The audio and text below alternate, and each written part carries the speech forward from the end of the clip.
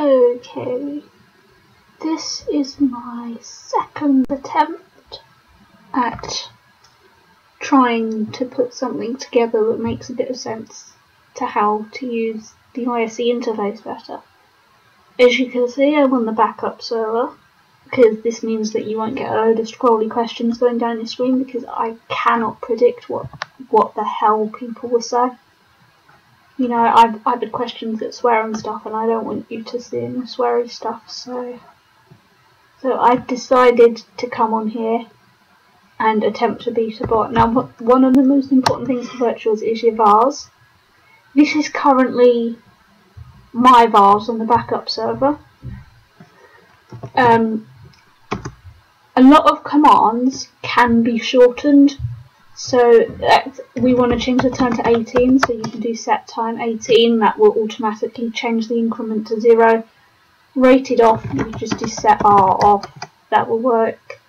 Void, we want 5-point penalty.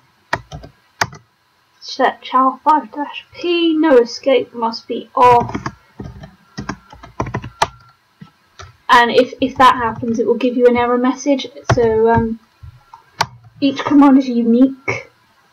So, for example, there's only one command beginning with E, and that's echo. So you just do E. Oh well, there's two beginning with E, so there we go. But there's echo and examine. So if you want to examine, you have to type EX. So what else did I have to change? Well, bits set K off. You have to type set as a full word and off as a full word, or on as a full word. But that middle word, that command in the middle, you can shorten to whatever you want basically, so long as it's unique to that one command. And then obviously set Q. I have to set Q3 because when I'm on the main server I would get buddies talking to me, so I need to set Q3 to avoid any possibility of anyone irritating me. I mean, you could set quiet play to 2.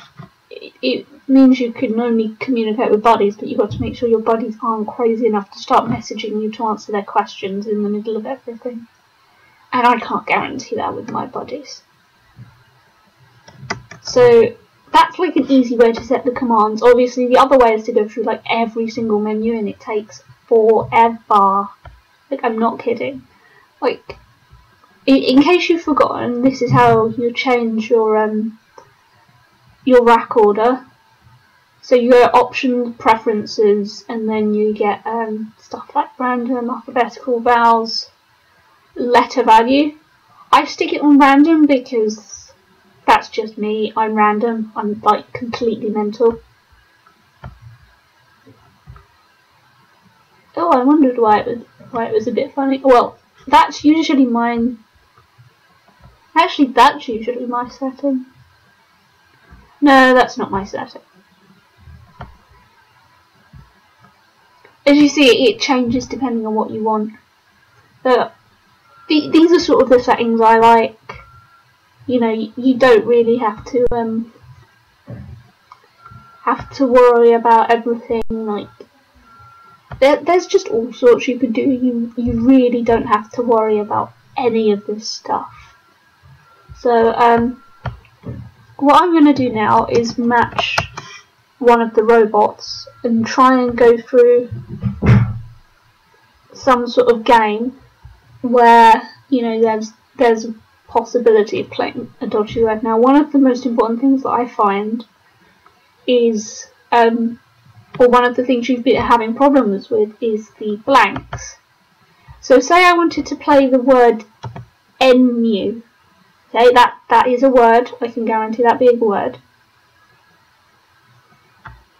So NU. So you see, the letter is unique, so it will automatically pick that. You can click the clock to return it back to your accuracy. But what if, say you wanted to make that blank like another M or something, so you wanted to play meme, for example. You see, when you type it, because the blank was set to a question mark, the blank automatically goes second. But if I type it by holding Shift and then M, the blank M comes up first. So shift is a quick way of typing the blank. But you've got to make sure that when you type, you don't like mess up your double fingers and stuff. I always try to type like one-handed because that way I tend to make less typos. That doesn't guarantee anything, I still make typos. But so what would happen now if I change this to an M and I type normally? I'm not going to hold shift.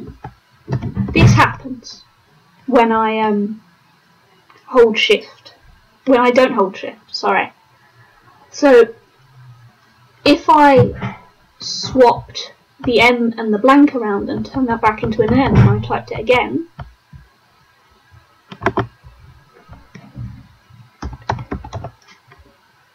normally the blank M goes second. So what it means is the letter. If you are one of those players that like changing the blanks on your rack to be a specific letter, then if you are going to type a different word, you know, you're not going to play a bonus, make sure you always hit the clock just to reset the blank to the question mark, because otherwise if you've got the duplicated letter on your rack, it will type whichever letter is closest to the left first, and if that is the blank, you're sort of screwed. So one of the other things that I think is probably the most important, it's going to be this option of looking in the pool. Now, as you can see at the moment, there's no tiles left showing in the bag. At this point of the game, it's sort of it's not like really important to know what's in the bag, but at the same time, you always want to be able to see it, like just in case like there's something a bit crazy in the bag, or you know, suddenly like all the E's have gone and you're only like 3 moves into the game or something. That could happen if somebody plays like a word like wee-wees. Wee-wees are cool. My first rack almost looked like wee-wees. That was sort of quite freaky.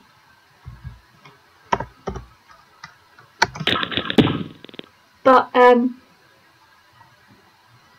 yeah, so using the pull command, if you see P has got loads, so you have to type PO into the command line, and that will bring up the pull.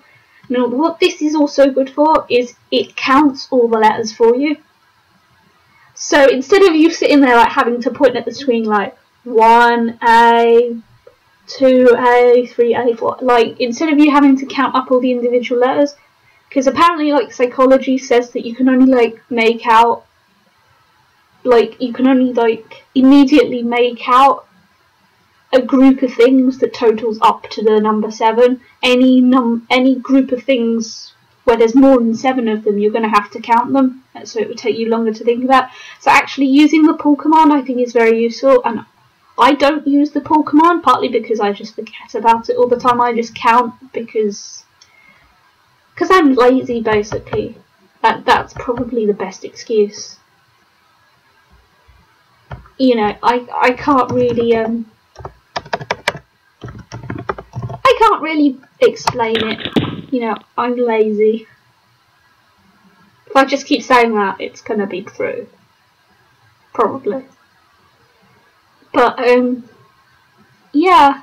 So if we check pool now, we can see that there are 12, 19, 26, 28. So there's about 50-50 in terms of vowels, consonants. And I think this is a lot easier than going 5, 7. I can't count the eyes. The eyes are so straight that I just can't make them out. I have to like count them. So I think this pull command is something that's really useful, and I think especially for those players that are really limited on time, I think that would be very, very useful. Now, I honestly cannot think of anything else to teach you. I mean, other than keep watching the broadcast that I do to see what I tend to type on the screen when I play it, you know, that will help get you an idea of the speed to which I can type letters on the board. But other than that, I think that these are sort of the only things that are really important that you can learn. So I will try and beat this robot now, because I'm winning. Go me! Oh, it's because I got that bonus. I will stick this on YouTube, which means you're already seeing it, which I probably shouldn't say, that's a bit random. And I'm just gonna stop the broadcast now, and I hope this was somewhat useful.